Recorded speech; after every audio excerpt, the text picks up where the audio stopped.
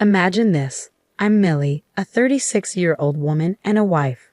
I find myself navigating a rather solitary existence while my husband Francis serves in the military. Yes, he's been deployed for quite some time, and let me tell you, military life isn't all about glamorous reunions and tearful farewells. It's about discovering resilience in those moments in between. Now, Francis is a courageous individual, possessing a quiet determination that I truly admire. During one of his calls home, he made an unusual request. He suggested that I should work on improving my relationship with his mom, Lily. I asked, "What are you talking about?" "Well, you see, Lily hasn't been herself since Francis' dad passed away.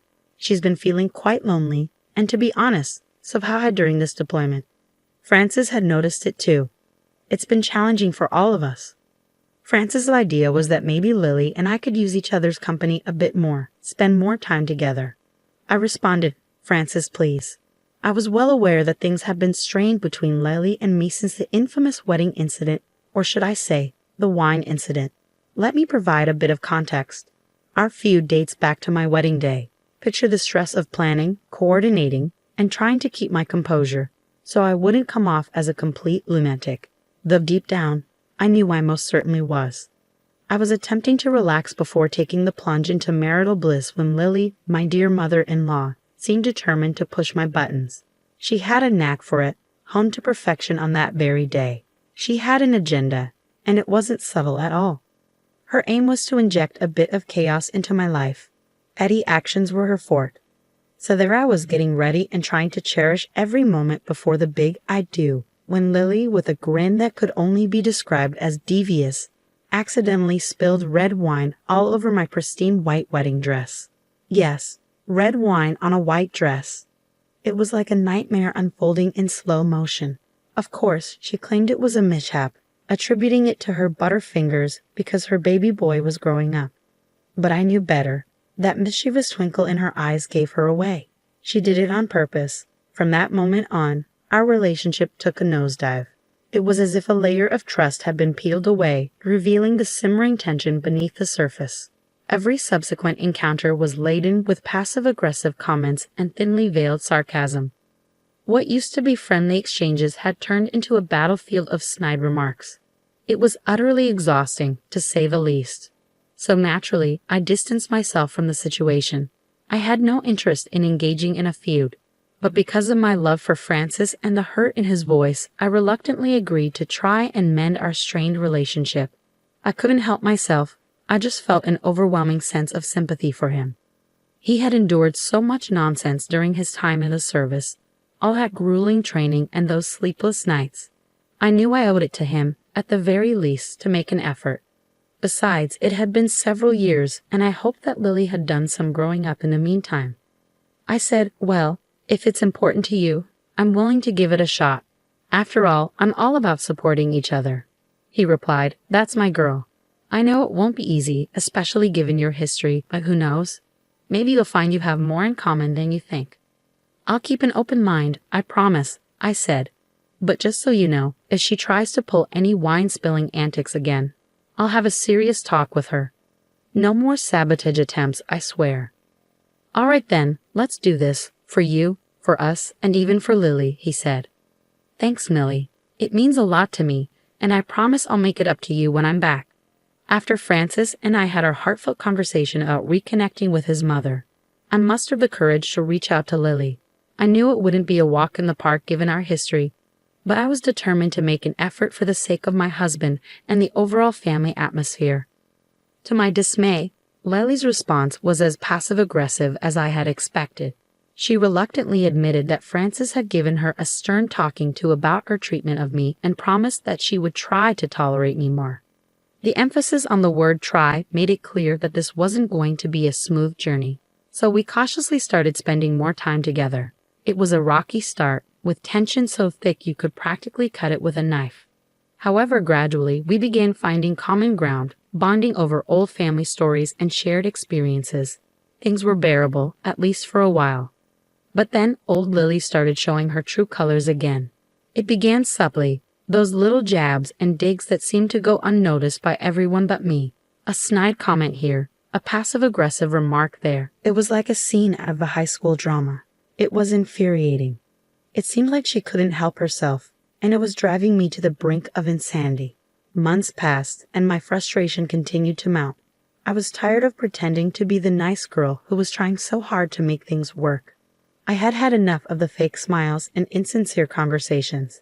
I couldn't ignore the glaring issue any longer, no matter how uncomfortable it might be. So one day, I mustered my courage and made the decision to address Lily about her behavior.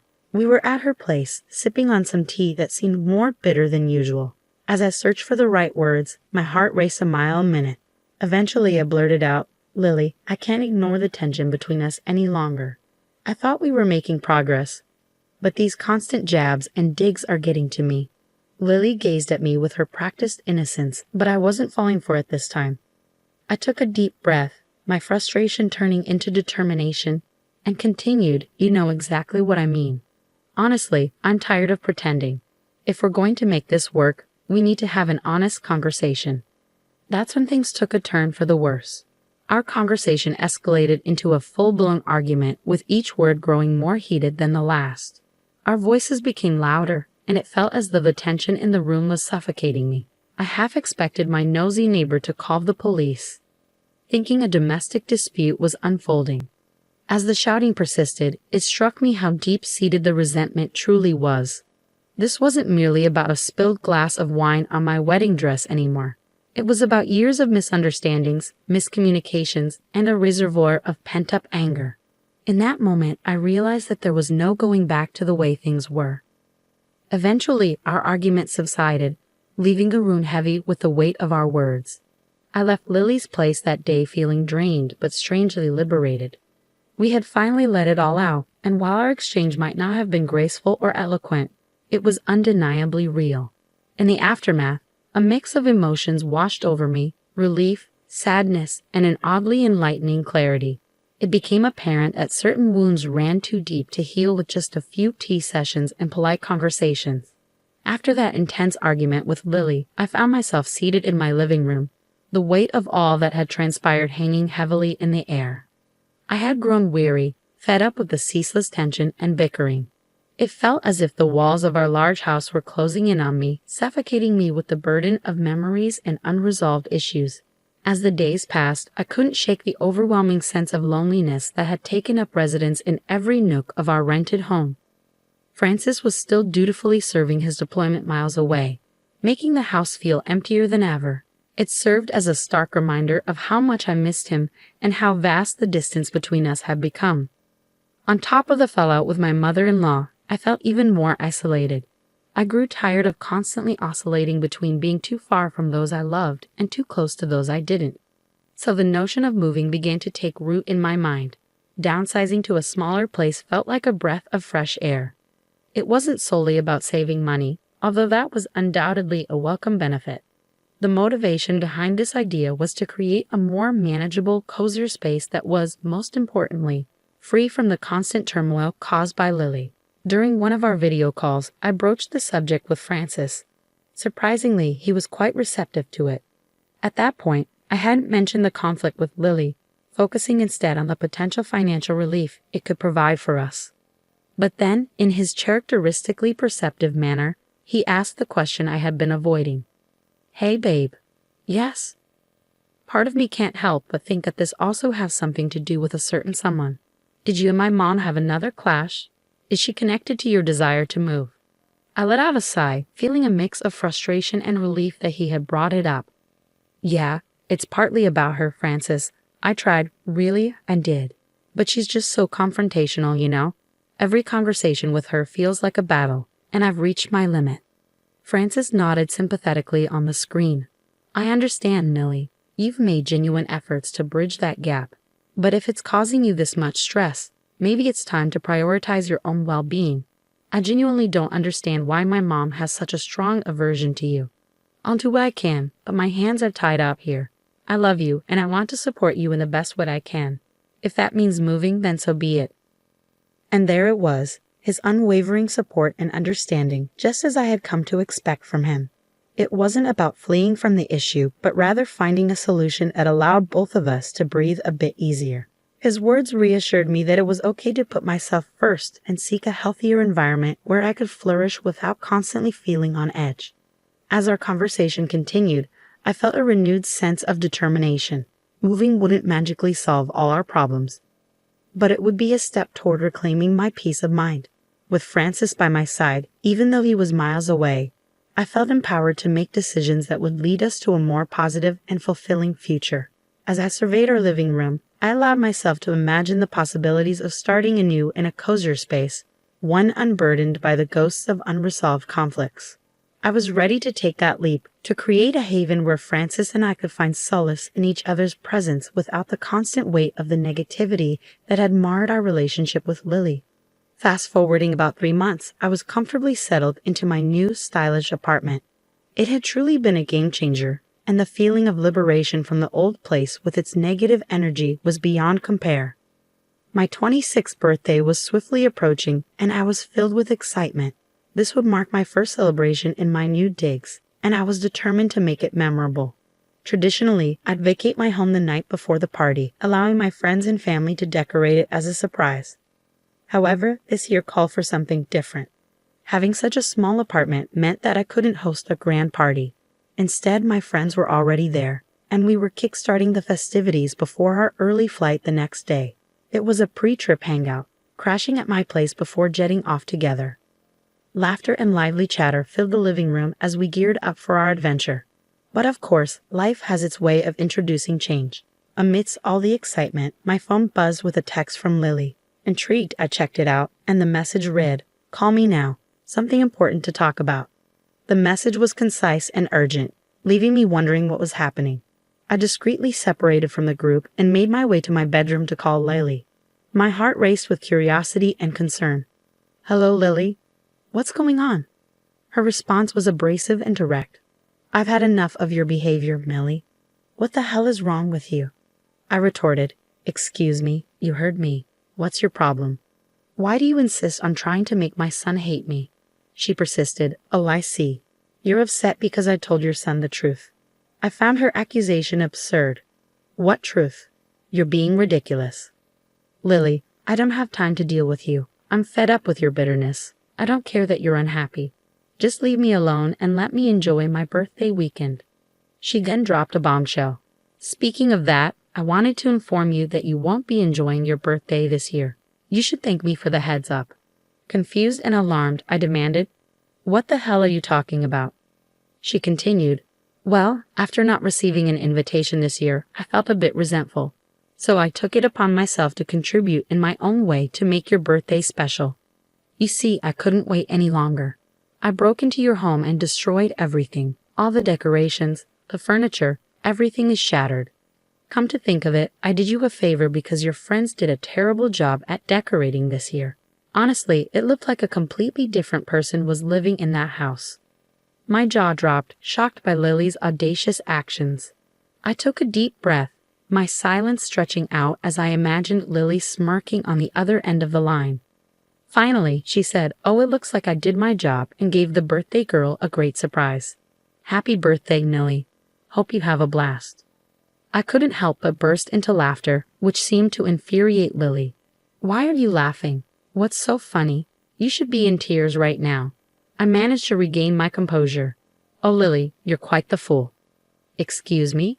You think you're so clever, don't you?" "Well, I'll admit one thing. You did manage to surprise me, that's for sure. I had no idea you could be so despicable. But you've made a colossal mistake, my dear." Lily demanded. "Oh yeah, what's that?" "That wasn't my house." "Have you lost your mind or something?" "No, Lily, but you're about to once you realize whose house you just broke into and vandalized." I proceeded to reveal to Lily that I had moved 3 months ago. It was an unexpected revelation for her. The old house was history, replaced by a new occupant, Sheriff Liam, who was new to the area and planning to move in with his family. I had met him a couple of times and could already tell he was one of those genuinely nice guys, focused on getting his new place ready for his family. As I explained all this to Lily, I sensed her mood changing. Panic began to set in, and she was starting to freak out. She had just realized that she had messed with the wrong person in a big way. Vandalizing an ordinary home was one thing, but taking on the new sheriff's house was a whole different level of audacity. I heard her shiver on the other end of the line, and I knew she was beginning to grasp the magnitude of her actions. Her voice trembled as she asked, "Oh my God, Millie, what have I done?" I couldn't help but let out a chuckle, though it wasn't a joyful one. "Well, Lily, you decided to mess with the sheriff's home. You're on your own with this one." She began to cry and panic, begging me to help her fix the situation. She didn't even apologize for attempting to vandalize my home. She wanted me to reach out to the sheriff and tell him it was all a big misunderstanding. But seriously, this was just too much. Lily was facing the repercussions of her actions, and I had no intention of coming to her rescue. I had to stifle a laugh as she sobbed over the phone, lamenting that her life was ruined. I didn't feel an ounce of sympathy for her, not even a tiny bit. She had played these games for years, and now it was time for her to reckon with the consequences. It felt somewhat like poetic justice, if you ask me. "Please, please help me," she pleaded desperately. I simply shook my head, even though she couldn't see it. "Sorry, Lily, you got yourself into this mess, and I suggest you figure your way out. I won't be part of it. I will say, though, you've given me the best birthday present." Music. I ended the call and let out a sigh of relief. Finally, I was done with Lily and her drama. It was time to move forward and live my life without the constant drag of her negativity. As I glanced around my cozy new apartment, I knew I had made the right choice in leaving the old place behind. The next day marked the beginning of my vacation with my friends. We were geared up for fun and adventure, and I was determined to leave Lily's mess far behind me. Throughout the trip, I ignored all of her calls. I had made up my mind that I was finished with her and her toxic behavior. During a break, I managed to reach my husband, Francis, and filled him in on everything that had transpired with Lily. Understandably, he was upset with his mother for her absurd behavior.